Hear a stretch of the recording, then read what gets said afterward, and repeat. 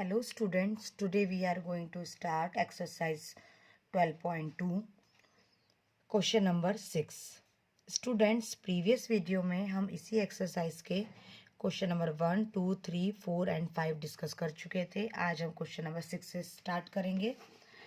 Now question number 6, a chord of a circle of radius 15 centimeters subtend an angle of 60 degree at the center. Find the area of the corresponding minor and major segment of the circle. Use pi equal 3.14 and root 3 equal 1.73. Student question number 6 में हमें बोला गया है कि एक circle की cord है, ठीक है, और उस सर्कल की जो रेडियस है वो 15 सेंटीमीटर है और वो रेडियस सर्कल की कॉर्ड से सेंटर से 60 डिग्री का एंगल बना रही है। तो हमें एरिया फाइंड करना है माइनर और मेजर सेगमेंट का। और जब पाई की वैल्यू हम रखेंगे तो 3.14 रखेंगे और जब √3 आएगा तो वहाँ पे हम 1.73 अप्लाई करेंगे। तो हम क्वेश्चन नंबर 6 का सॉल्यूशन करना स्टार्ट करते हैं। क्वेश्चन नंबर 6 में हमें रेडियस सर्कल की दी हुई है 15 सेंटीमीटर, ओके, और एंगल दिया है 60 डिग्री। तो सबसे पहले हम यहाँ पे सर्कल ड्रॉ कर लेते हैं, ओके। सर्कल हमने ड्रॉ कर लिया, ये हमने कॉर्ड डाल दी, ए बी एक कॉर्ड है और सेंटर हमने डाल दिया ओ। सर्कल की रेडियस हमारे पास है 15 सेंटीमीटर, तो यहाँ 15 लिख दिया, ये भी एक रेडियस है 15 लिख दिया। एंगल बन रहा है 60 डिग्री का, ओके। अब ये हमारा माइनर सेगमेंट है, कॉर्ड के नीचे वाला माइनर सेगमेंट, कॉर्ड के ऊपर वाला मेजर सेगमेंट। तो सबसे पहले हम ये चेक कर लेते हैं कि ये इक्विलैटरल ट्रायंगल है या नहीं। अगर ये इक्विलैटरल ट्रायंगल है तो हम एरिया ऑफ इक्विलैटरल ट्रायंगल का फॉर्मूला अप्लाई करेंगे। कब करेंगे ये हम आगे समझते हैं। तो सबसे पहले चेक कर लेते हैं कि ये इक्विलैटरल ट्रायंगल है या नहीं। तो ट्रायंगल क्या है, ओ ए बी। तो we can write in triangle O A B. अब ओ ए बी क्या है, 15 सेंटीमीटर है, ओ बी भी क्या है, 15 सेंटीमीटर है। तो हम लिख सकते हैं O A equal O B 15 centimetre, okay. क्यों? क्योंकि ये रेडियस है, एक सर्कल की सारी रेडियस इक्वल होती है। अच्छा, ओ ए और ओ बी आपस में इक्वल है, तो ओ ए का एंगल क्या हो जाएगा, उसके सामने वाला बी, और ओ बी का एंगल क्या हो जाएगा, उसके सामने वाला मीन्स अपोजिट साइड वाला एंगल ए। तो we can write angle A equal angle B, okay. अब ट्रायंगल के तीनों एंगल का सम होता है 180 डिग्री। तो we can write angle A plus angle B plus angle O, क्योंकि तीन एंगल ए बी ओ बन रहे हैं 180, ओके। अब एंगल ए की प्लेस पे हम एंगल ए ही लिखेंगे, एंगल बी की प्लेस पे एंगल ए लिखेंगे क्योंकि angle B equal angle A है, plus angle O as it is, नहीं, एंगल ओ की वैल्यू हमारे पास कितनी है, 60 degree, okay, equal 180। Angle A 2 angle A plus 60 degree, okay. अब 2 एंगल ए 180 माइनस 60 डिग्री कितना हो जाएगा, 180। तो 2 एंगल ए 120, 2 1 जा 2, 2 6 जा 12। तो एंगल ए कितना आया, 60। अब एंगल ए 60 आया तो एंगल बी भी क्या होगा, 60 होगा, ठीक है। तो हमारे पास एंगल ओ भी 60 था, एंगल ए भी 60 डिग्री है, एंगल बी भी 60 डिग्री है। तो ऐसा ट्रायंगल जिसके तीनों एंगल इक्वल होते हैं इक्विलैटरल ट्रायंगल कहलाता है, ओके। तो हम लिख सकते हैं triangle O A B is equilateral triangle, okay. तो ये हमारा प्रूफ हो गया। अब हम निकालते हैं माइनर सेगमेंट। अब माइनर सेगमेंट स्टूडेंट देखिए कैसे निकलेगा, इसको हम बोलेंगे minor sector, okay. Minor sector में से अगर मैं area of equilateral triangle minus कर दूं तो मुझे माइनर सेगमेंट मिल जाएगा, मिलेगा ना। देखिए आप, इसको हम बोलेंगे माइनर सेक्टर, और उसके बीच में क्या बन रहा है, इक्विलैटरल ट्रायंगल। तो माइनर सेक्टर में से एरिया ऑफ इक्विलैटरल ट्रायंगल जाएगा तो हमारे पास आ जाएगा माइनर सेगमेंट। ओके, तो हम लिख सकते हैं, क्या लिखेंगे student, area of minor segment equal area of minor sector minus area of triangle. Okay, अब ट्रायंगल के साथ इक्विलैटरल ट्रायंगल है, तो सबसे पहले माइनर सेक्टर का एरिया मैंने आपको इंट्रोडक्शन पार्ट में बताया था और कुछ क्वेश्चन में भी हमने अप्लाई किया है। तो फॉर्मूला हमारा है थीटा अपॉन में 360 into pi are square, area of equilateral triangle. Formula होता है जो हमने 9th क्लास में पढ़ा है, √3/4 साइड का स्क्वायर। अब थीटा क्या है, 60 अपॉन 360, पाई की प्लेस पे हम रखेंगे 22/7। ओके, यहाँ पे आप देखिए सारी वैल्यू मैंने अप्लाई कर दी है। थीटा की प्लेस पे 60 डिग्री अप्लाई करा, 360 एज इट इज। पाई की प्लेस पे 22/7। आर मीन्स रेडियस, रेडियस हमारी थी 15, तो 15 square means 15 into 15 minus as it is √3 की प्लेस पे 1.73 हमने अप्लाई करा, 4 as it is. Side means हमारा 15 ही रहेगा क्योंकि वो इन रेडियस है, तो 15 का स्क्वायर मीन्स 15 इंटू 15। ओके, अब 0 से 0 कैंसिल, 6 1 जा 6, 6 6 जा 36। स्टूडेंट्स अब आप देखिए 15 इधर भी है, 15 इधर भी है, 15 इधर भी है, 15 इधर भी है, तो हम 15 कॉमन निकाल सकते हैं, निकाल सकते हैं ना। तो 15 इंटू 15, अब जहाँ जहाँ से हमने 15 कॉमन निकाला है वहाँ पे हम 15 नहीं लिखेंगे, तो 1/6 इंटू 22/7 माइनस 1.73/4। ओके, तो ये हमने लिख दिया है। अब हम नॉर्मल सा कैलकुलेशन करेंगे, ठीक है। 15 into 15 we can write 225। Okay, अब 22 इंटू 1 22, 7 इंटू 6 42। ओके, और 1.73 as it is by 4 as it is. Okay, अब हम इसको कैंसिल कर सकते हैं, 2 1 जा 2, 2 1 जा 2, 2 2 जा 4, 2 1 जा 2। ओके, अब 225 एज इट इज। 11 को हम 21 से डिवाइड करेंगे तो हमारे पास आता है 0.523 माइनस 1.73 को हम डिवाइड करते हैं 4 से तो आता है 0.432। ओके, दोनों को हम माइनस करेंगे तो माइनस करने पर आता है हमारे पास 0.091। नाउ 225 इंटू 0.091 को हम मल्टीप्लाई करते हैं तो हमारे पास final area of minor segment आता है 20.4 सेंटीमीटर स्क्वायर। तो ये हमारे पास एरिया ऑफ माइनर सेगमेंट आ गया। स्टूडेंट्स अब हमें मेजर सेगमेंट का एरिया निकालना है। अब मेजर सेगमेंट क्या है, ये कॉर्ड है, कॉर्ड के ऊपर वाला जो सेगमेंट है वो मेजर सेगमेंट है। तो पूरे सर्कल में से अगर हम माइनर सेगमेंट माइनस कर दें तो मेजर सेगमेंट आ जाएगा, आ जाएगा ना। तो बहुत ही इजी है। अब हम सॉल्व करना स्टार्ट करेंगे। सो हमने लिख दिया area of major segment equal area of circle minus area of minor segment. अब एरिया ऑफ सर्कल का फॉर्मूला होता है student pi are square minus area of minor segment हमारे पास आया 20.4।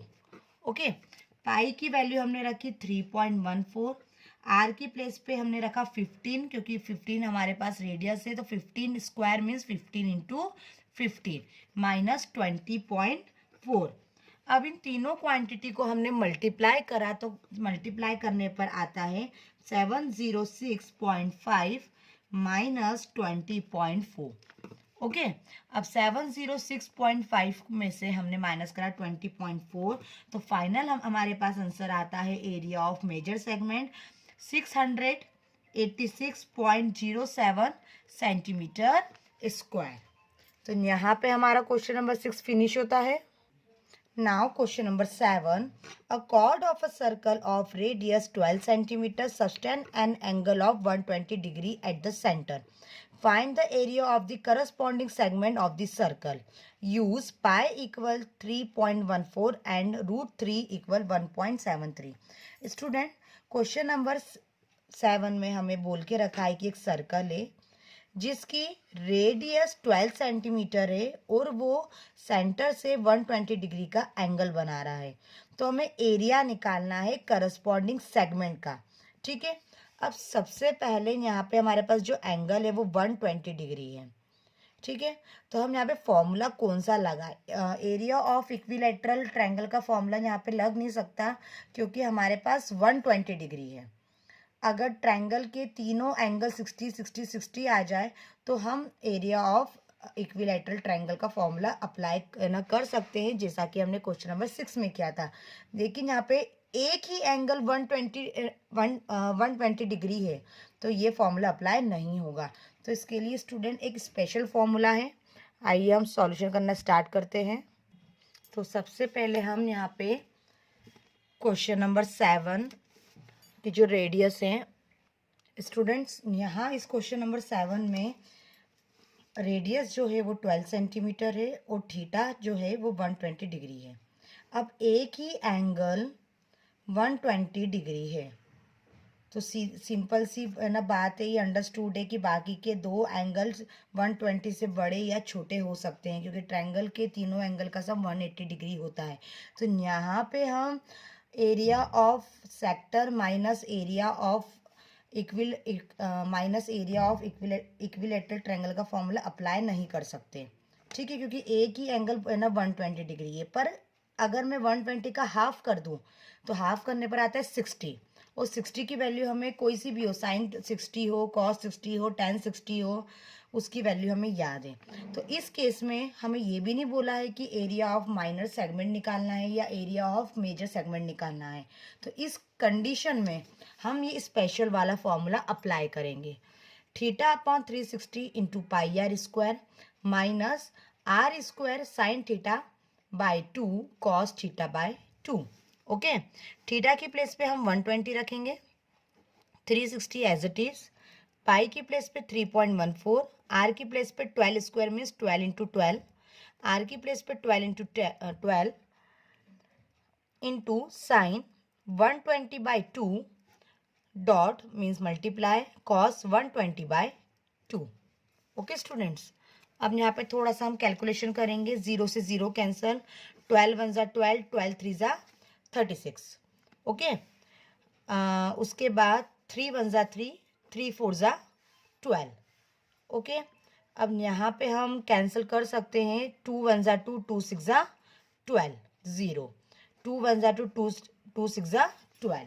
तो रिमेनिंग पार्ट हमारे पास जो भी आ गया है वो हम लिखेंगे 3.14 into 4 into 12 minus 12 into 12 into sign 60 cos 60। Okay, अब हम इन तीनों क्वांटिटी का मल्टीप्लाई करते हैं तो हमारे पास आता है 150.72। ओके, 12 इंटू 12 साइन 60 की स्टूडेंट वैल्यू होती है √3/2, कॉस 60 की वैल्यू होती है 1/2। 2 1 ज़ा 2, 2 6 ज़ा 12, 2 1 ज़ा 2, 2 6 ज़ा 12।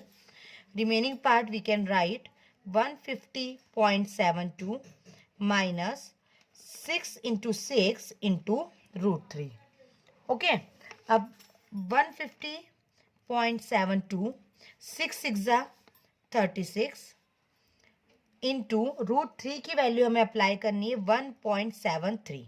ओके, तो 150.72 एज इट इज, 36 का हम 1.73 में मल्टीप्लाई करेंगे तो आता है 62.28। और अब हम इन दोनों क्वांटिटी का हम माइनस करेंगे तो हमारे पास आता है 88.44 सेंटीमीटर स्क्वायर। सेंटीमीटर स्क्वायर इसलिए लगाया क्योंकि रेडियस हमारे पास 12 सेंटीमीटर के फॉर्म में थी, मतलब सेंटीमीटर के फॉर्म में थी। स्टूडेंट्स, हमें ये फॉर्मूला तब अप्लाई करना है जब हमें कोई भी एरिया ऑफ माइनर सेगमेंट या मेजर सेगमेंट नहीं दिया हो। दूसरी कंडीशन में कि हमारे पास 90 से बड़ा एंगल हो जिसका हाफ हमें पता हो, उस कंडीशन में हमें ये फॉर्मूला अप्लाई करना है। तो यहाँ पे हमारा क्वेश्चन नंबर 7 फिनिश होता है। Now question number 8, a horse is tied to a peg at one corner of a square shaped grass field of side 15 meter by means of a 5 meter long rope. First, the area of the part of the field in which the horse can grass. Second, the increase in the grassing area if the rope were 10 meter long stand of 5 meter. Use pi equal 3.14. एक square field है ना students. तो question number 8 में हमें ये बोला है कि स्क्वायर फील्ड जो है उसकी हर एक साइड जो है वो 15 मीटर की है। उसके एक कॉर्नर पे हॉर्स टाइट रोप से बंधा हुआ है और उस रोप की जो लेंथ है वो 5 मीटर है। ठीक है, तो वो हॉर्स जितना जितना एरिया कवर कर पा रहा है उतनी वो ग्रासिंग कर रहा है। तो फर्स्ट हमें फाइंड करना है the area of the part of the field in which the horse can grass. तो कितना एरिया ग्रासिंग कर रहा है, मतलब कितने कितने एरिया में वो घास खा सकता है। सेकंड में हमें ये बोला है कि अगर हम रस्सी की लेंथ बढ़ा दें तो एरिया बढ़ जाएगा, वो ज़्यादा ग्रासिंग कर पाएगा। तो अगर रस्सी की लेंथ हम 10 मीटर बढ़ा दें, ठीक है, तो कितना एरिया वो कवर करेगा ग्रासिंग के लिए। ओके स्टूडेंट, क्वेश्चन नंबर 8 के सॉल्यूशन में जो रोप की लेंथ है वो 5 मीटर है, तो हमने उसको रेडियस मान लिया क्योंकि ये एक स्क्वायर है, यहाँ पे हॉर्स ऐसा 5 मीटर रोप से बंधा हुआ है, तो वो इतने इतने एरिया में घूम सकता है लेकिन ग्रासिंग वो इतना इतना ही करेगा। तो एक सर्कल बन रहा है। तो जो 5 मीटर की रस्सी है, रोप है, उसको हमने रेडियस मान लिया। अब वो स्क्वायर फील्ड में बंधा हुआ है, तो स्क्वायर फील्ड में एंगल कितने का होता है? 90 डिग्री का होता है। ठीक है, तो हम area of grazing means area of sector का फॉर्मूला लगाएंगे, pi are square into theta upon 360।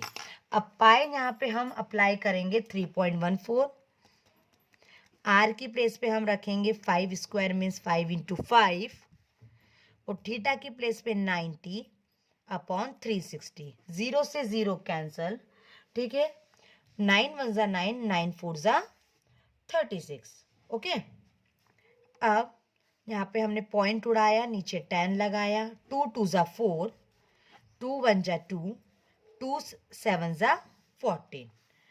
Okay, 5 1 जा 5, 5 2 जा 10, तो 17 इंटू 5, 2 इंटू 2 हो जाएगा 4। ओके, अब दोनों को मल्टीप्लाई हम करेंगे और डिवाइड करते हैं 4 से, तो हमारे पास एरिया ऑफ ग्रासिंग आता है 19.625 मीटर स्क्वायर। ओके, अगर घोड़ा 5 मीटर लंबी रस्सी से बंधा हुआ है और वो ग्रासिंग कर रहा है तो 19.625 मीटर स्क्वायर एरिया कवर करेगा। ओके, अगर सेकंड में हमसे पूछा गया है कि अगर हम रस्सी की लेंथ बढ़ा दें, रस्सी की लेंथ कितनी बढ़ा दें? 10 मीटर कर दी गई है, 5 से 10 मीटर कर दी गई है। ठीक है, अब स्क्वायरी फील्ड है तो एंगल भी 90 डिग्री ही होगा। ठीक है, तो सबसे पहले जो हमारा पहला एरिया आया था इसको हम A1 ले लेते हैं ताकि कंफ्यूजन ना हो कि पहला एरिया ये आया। ठीक है, अब हम वापस से लगाएंगे एरिया ऑफ ग्रासिंग, वही theta upon 360 into pi are square. Theta है हमारे पास 90, 360 एज इट इज, पाई की प्लेस पे 3.14, आर की प्लेस पे 10 स्क्वायर मीन्स 10 इंटू 10। ओके, 0 से 0 कैंसिल, है ना। 9 1 ज़ा 9, 9 4 ज़ा 36, 5 2 ज़ा नहीं 5 से नहीं 2 5 ज़ा 10, 2 2 ज़ा 4। ओके, टू अगेन हम 2 से 10 को कैंसिल करेंगे, 2 5 ज़ा 10 और 2 1 ज़ा 2। ठीक है, तो रिमेनिंग पार्ट हमारे पास आया 3.14 इंटू 5 इंटू 5। ओके, तीनों क्वांटिटी को हमने मल्टीप्लाई करा तो हमारे पास आंसर आता है 78.5 मीटर स्क्वायर। मीन्स हम 5 मीटर से 10 मीटर रस्सी की लेंथ कर देते हैं तो जो घोड़ा है, जो हॉर्स है, वो 78.5 मीटर स्क्वायर एरिया ग्रासिंग के लिए कवर करेगा। बट कितना करेगा, और मतलब एक्स्ट्रा कितना हो गया, हाउ मच, तो इसको हमने मान लिया A2। ओके, तो फिर हम करेंगे इंक्रीजिंग एरिया, कितना एरिया उसने इंक्रीज करा है, तो द इंक्रीजिंग एरिया हो जाएगा A2 माइनस A1। ओके, अब दोनों को हम माइनस करेंगे तो A2 हमारे पास 78.5 आया, माइनस 19.625 हमारे पास A1 था। ओके, दोनों को माइनस करेंगे तो हमारे पास आंसर आता है 58.875 मीटर स्क्वायर। मतलब अगर रस्सी की हमने लेंथ बढ़ा दी है तो उसने इतना एक्स्ट्रा एरिया कवर अप करा है। तो यहाँ पे हमारा क्वेश्चन नंबर 8 फिनिश होता है। Now question number 9, a brooch is made with silver wire in the form of a circle with diameter 35 mm. The wire is also used in making 5 diameter which divide the circle into 10 equal sector as shown in figure. Find the total length of the silver wire required. Second, the area of each sector of the brooch. Student, एक हमें question number 9 में हमें एक broach दिया हुआ है जो silver wire से बना हुआ है। ठीक है, अब जो सिल्वर वायर है वो उसकी सरकमफेरेंस में भी लगा हुआ है, और जो ब्रोच है वो सर्कल जैसा है जिसका डायमीटर कितना है 35 mm। तो डायमीटर से हम उसकी हाफ करके रेडियस फाइंड कर लेंगे, और जो वायर है वो 5 डायमीटर से डिवाइडेड है। ठीक है, तो जो ब्रोच के जो सेक्टर है वो 10 इक्वल पार्ट्स में डिवाइड हो रहे हैं। तो हमें ये बताना है कि ब्रोच में टोटल कितना सिल्वर वायर यूज्ड हुआ है और एक सेक्टर का एरिया कितना है। तो सारे सेक्टर इक्वल हैं तो हमें केवल एक सेक्टर का एरिया निकालना है। ओके, तो स्टूडेंट सबसे पहले हम जो ये ब्रोच है उसकी सरकमफेरेंस निकालेंगे क्योंकि इसकी सरकमफेरेंस में भी वायर लगा हुआ है। ओके, और जो वायर है वो इस प्रकार से डायमीटर की तरह भी लगा हुआ है। तो जो सरकमफेरेंस आएगी, और ये 5 डायमीटर्स में डिवाइडेड है, तो डायमीटर इंटू 5 प्लस सरकमफेरेंस करेंगे तो टोटल कितना वायर यूज हुआ है वो हम निकाल सकते हैं। इस क्वेश्चन को एक बार हम डायग्राम के थ्रू भी समझते हैं। ये एक सर्कुलर ब्रोच है, इसकी सरकमफेरेंस में भी वायर यूज है। तो पहले हम सरकमफेरेंस में कितना वायर यूज हुआ है वो निकाल लेंगे। ठीक है, तो सरकमफेरेंस का फॉर्मूला होता है C = 2πr। Okay, 2 as it is, pi की प्लेस पे 22/7 और आर की प्लेस पे 35/2। ओके, क्योंकि डायमीटर 35 mm था तो रेडियस होगी 35/2। 7 1 ज़ा 7, 7 5 ज़ा 35, 2 1 ज़ा 2, 2 1 ज़ा 2, तो 2 इंटू 11 इंटू 5, तो हम मल्टीप्लाई करेंगे तो आ जाएगा 110 mm। तो सरकमफेरेंस में 110 mm वायर यूज हुआ है, लेकिन हमें टोटल लेंथ ऑफ वायर निकालनी है। अब वायर डायमीटर में भी यूज हुआ है 5 भागों में, 1, 2, 3, 4 एंड लास्ट एक हम ये डिवाइड कर देते हैं। ओके, इस प्रकार से तो टोटल 5 बार ब्रोच के डायमीटर में यूज हुआ है। तो सरकमफेरेंस तो हमारे पास 110 mm आ गई है। ठीक है, अब हमें बीच में डायमीटर में कितना वायर यूज हुआ है वो हमें फाइंड करना है। ठीक है, तो डायमीटर कितने हैं हमारे पास 5 है और डायमीटर है कितना 35। ठीक है, तो हमारे पास 35 इंटू 5 हो जाएगा 175 mm। सरकमफेरेंस हमारे पास ये आ गई, डायमीटर में वायर इतना यूज हुआ, तो टोटल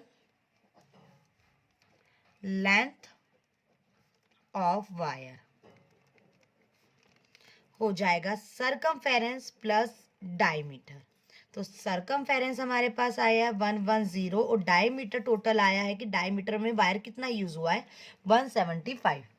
तो दोनों को प्लस करेंगे तो हमारे पास आता है 285 mm। ओके, तो मतलब पूरे सर्कुलर ब्रोच में 285 mm वायर यूज हुआ है। सेकेंड, हमें ये फाइंड करना है कि हर एक सेक्टर का एरिया क्या है। अब टोटल कितने सेक्टर है 10 क्वेश्चन में हमें बोला गया है, और पूरा ब्रोच कैसा है सर्कुलर, और सर्कल होता है 360 का। तो एक सेक्टर का एंगल कितना होगा, तो सबसे पहले हम एंगल निकालेंगे।